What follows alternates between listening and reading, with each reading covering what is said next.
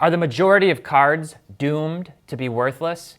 From a high of $400 to a low of just $20. Don't let your portfolio get doombuoyed. Let's talk about speculation risk.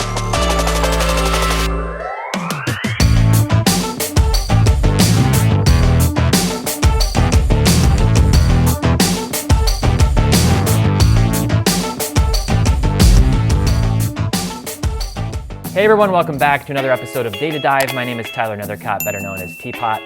Last week, I talked about the importance of a diversified portfolio.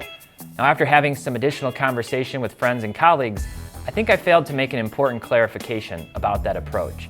The bottom line is, it's all about risk tolerance.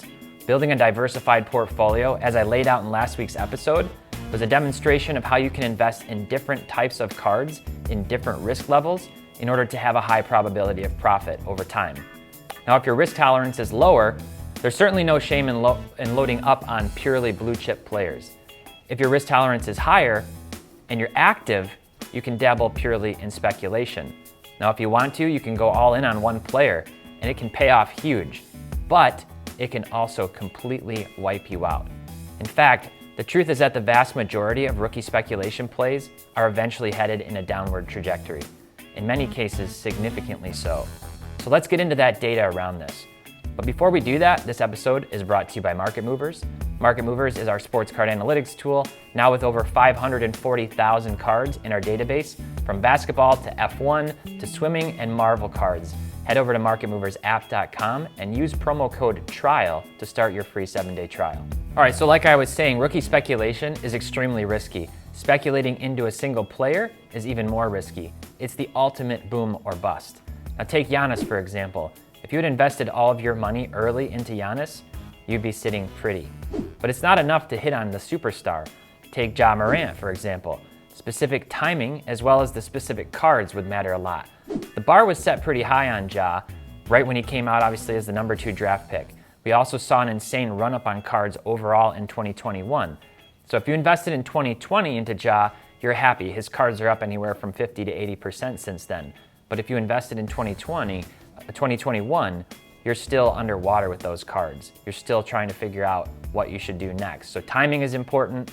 Obviously, the specific cards you're investing in also really important.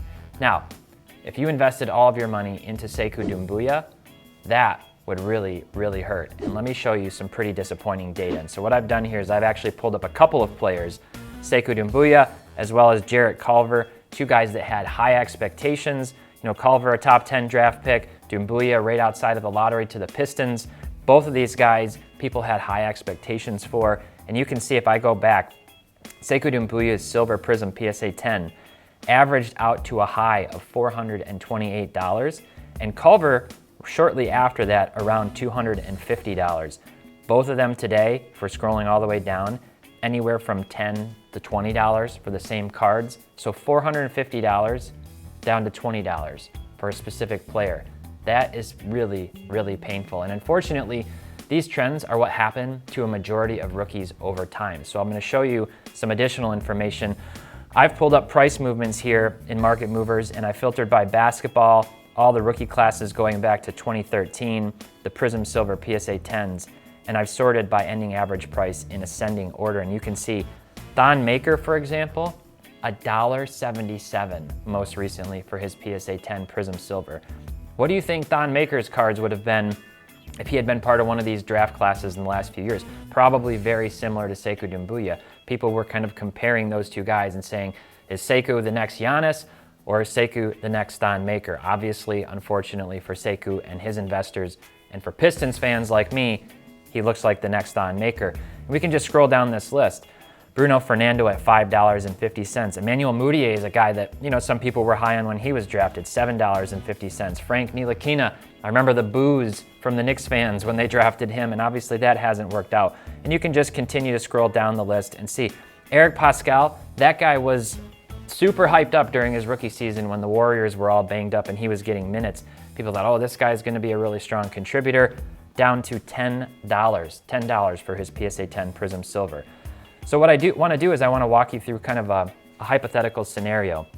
These numbers are completely makeshift numbers, totally made up, just meant to demonstrate sort of what can kind of happen to a player's prices over time. So assume in all these cases that these are all high lottery picks, number 1 or number 2 draft picks that come out of the gate and they're gonna have a lot of hype behind them. And then in each of these scenarios from year to year, this is what would happen if this was their particular trajectory. So I'll kind of walk you through this. Let's say year 0, all of these different theoretical players are gonna start out at $2,000 at the same price point.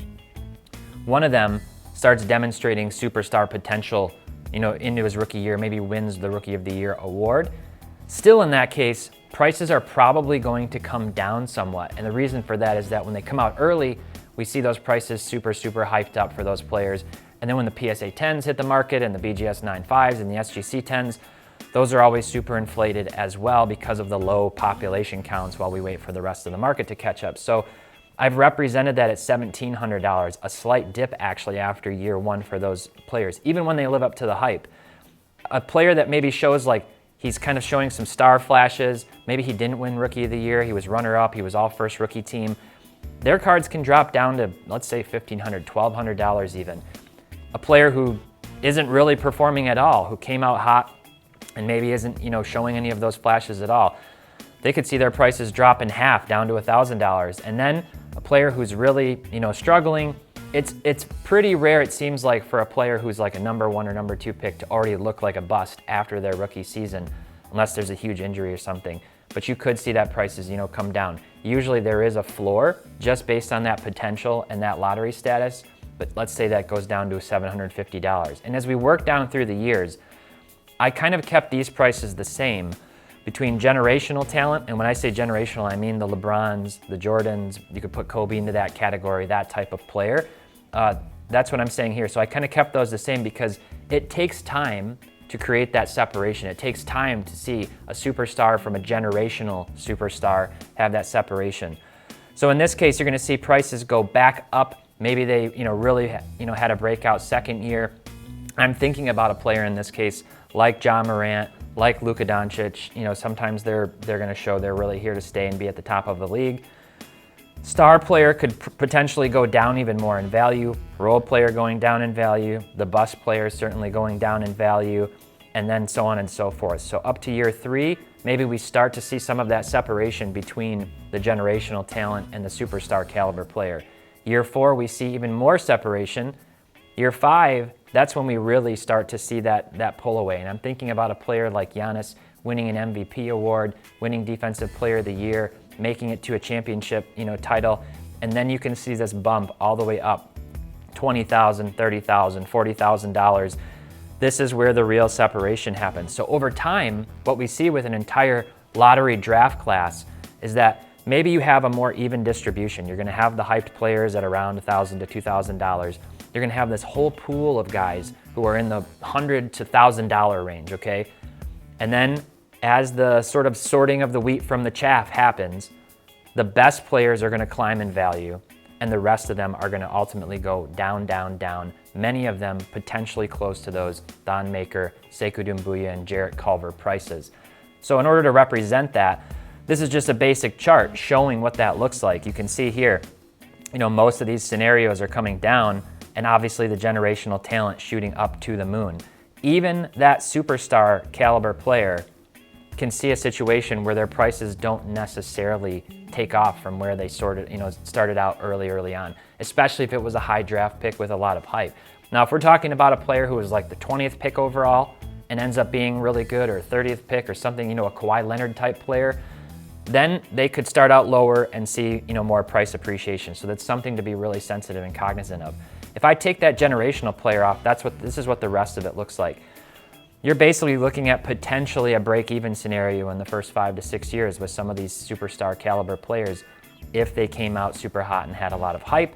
The rest of them, it's down, down, down. And that's where probability comes into play. It's really important to think about probabilities and distributing. And that's why I talked last week about having a distributed and diversified portfolio. Again, you can put all your eggs into one basket. That doesn't necessarily mean that player is going to work out. Now, here's some specific data, some actual data. This isn't theoretical, this is real. This is the PSA 10 Prism Silver rookies by year going back to 2013. I left 2012 off the list because That's the first year of Prism. You see some different inflation, very low pop counts on those cards. So starting in 2013, number of rookies over $2,000 for their PSA 10 Prism Silver, 1.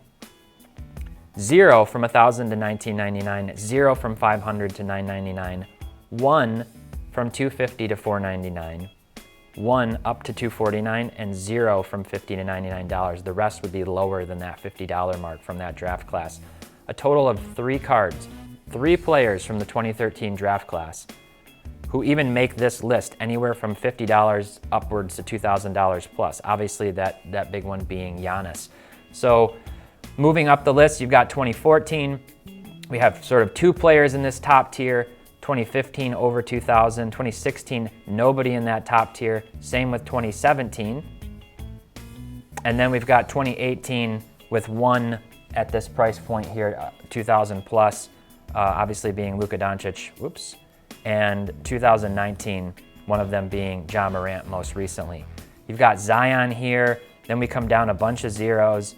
And what I'm trying to point out with this data is that the numbers get smaller and smaller over time. So you've got 17 to 18 players making this broad list from 2019 and 2018 Prism, and you can see that the numbers decrease over time. And that's what you can expect to happen with these players. As they make their way into the league, there's going to be shiny new objects. There's going to be new hyped players like Cade Cunningham and Jalen Green and other players like that who are going to command dollars and speculation investment money, and people are going to stop caring about other players, like Andrew Wiggins and et cetera. Even though he's having a fantastic season, their value could potentially go down over time. So last data point here that I had accidentally skipped to is what I did was I totaled up the price of all those cards. So if I go back to this slide, all of these cards, I added them up to a total dollar value so you can see what's the value of that rookie class for those players that fall into this threshold.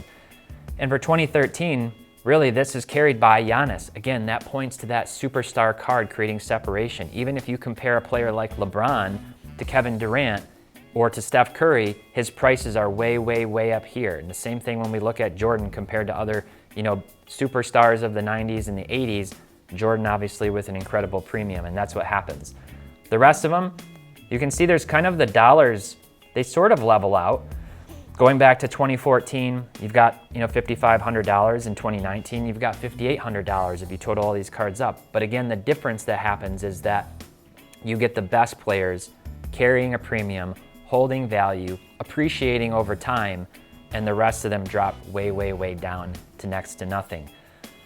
So what I wanted to show you here is I kind of just took this top tier of players just to illustrate, and you can see I've got Giannis here most recently on March 8th at $29,477 for his PSA 10 Prism Silver. Compare him to a player like Joel Embiid, who's a really good player, who's one of the front runners for MVP this season, who's had a fantastic career so far. The population count, nearly identical on these two guys, 72 for Embiid, 75 for Giannis. But Giannis has won a championship, he's won 2 MVPs, he's won Defensive Player of the Year, he won a Finals MVP, and he's kind of the face of the league. He looks like the next torchbearer to take over for LeBron when he ultimately retires. Embiid, he still has a lot to prove.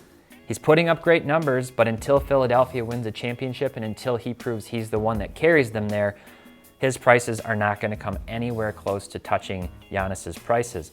So if we toggle off Giannis, you can see the rest of these players, all for various reasons, carrying premiums. Now what if I jump over to the next class? What I did was I left Luka on here just to kind of demonstrate the separation between the next tier of players. So we've got Luka just under $3,000 at $2,900. And then you've got Trey, you've got Tatum, you've got Anthony Edwards, Levine, and Zion Williamson, all kind of in this category. There are a handful of others in that $600 to $700 range that we could have put on this chart. But this is really important because, again, the league is going to fixate on the absolute best players, and the high-end collectors and investors are always going to want that top-tier player over the rest of the league. Those guys that still contribute, they can carry value over time, but it's going to be that separation that ultimately is what pays off, and it's going to be only a few players, so that's where that risk comes in. So let's jump back over to price movements. And again, I've sorted this from greatest to least, and you can see Giannis up here at $29,500. Then it's all the way down to $3,800 for Devin Booker, $2,900 for Luka Doncic. And again, a lot of that has to do with pop count. I don't think the league, investors are necessarily believing that Booker long term is going to be a better player than Luka, but that's a market cap consideration at pop 176 versus pop 2112, and you can keep scrolling down the list. Now, what's interesting here, if I scroll down to the bottom, you can see that there are 174 items, 174 cards on this list. This is all the rookies and all the players that we have in these draft classes. Now, what happens if I, put in here that this is going to be, it has to be over $100. So it has to be over $100. Only 70. So 104 of the 174 rookies in this price, in this range from that time frame are actually under $100 now. And think about how they come out of the gate. If you go and look at just the 2019 class, for example, a significant portion of those cards are still over $100 for those rookies because people are kind of waiting to see what's going to happen. Now, what if I do $500? Again, 19. So 19 cards. So if you're investing in the last few rookie years, if you're investing in 2020 Prism, or you're looking at guys who are coming out this year as investments, be very, very cognizant of this. Don't put all your eggs in one basket unless you've got the money to lose, and unless you really want to go for that big payday, and unless you think that player is truly somehow going to contend for being the next Giannis or the next Luka Doncic or the next Ja Morant or one of those guys, it can be a massive gamble to put your money into those players when they're really, really high. This is an important thing to demonstrate that these prices can come crashing down. Okay, so that's really it. One of the biggest goals of this Data Dive series is just to help educate and inform. And the bottom line is that rookie speculation comes with a ton of risk. It's a lot like daily fantasy or sports betting. The floor can actually hit next to zero if some of these players don't work out. So as always, I hope this was a good demonstration, a good presentation of data, albeit a sobering one, of how things can play out with speculative buys. Thanks so much for watching, and until next time, happy investing.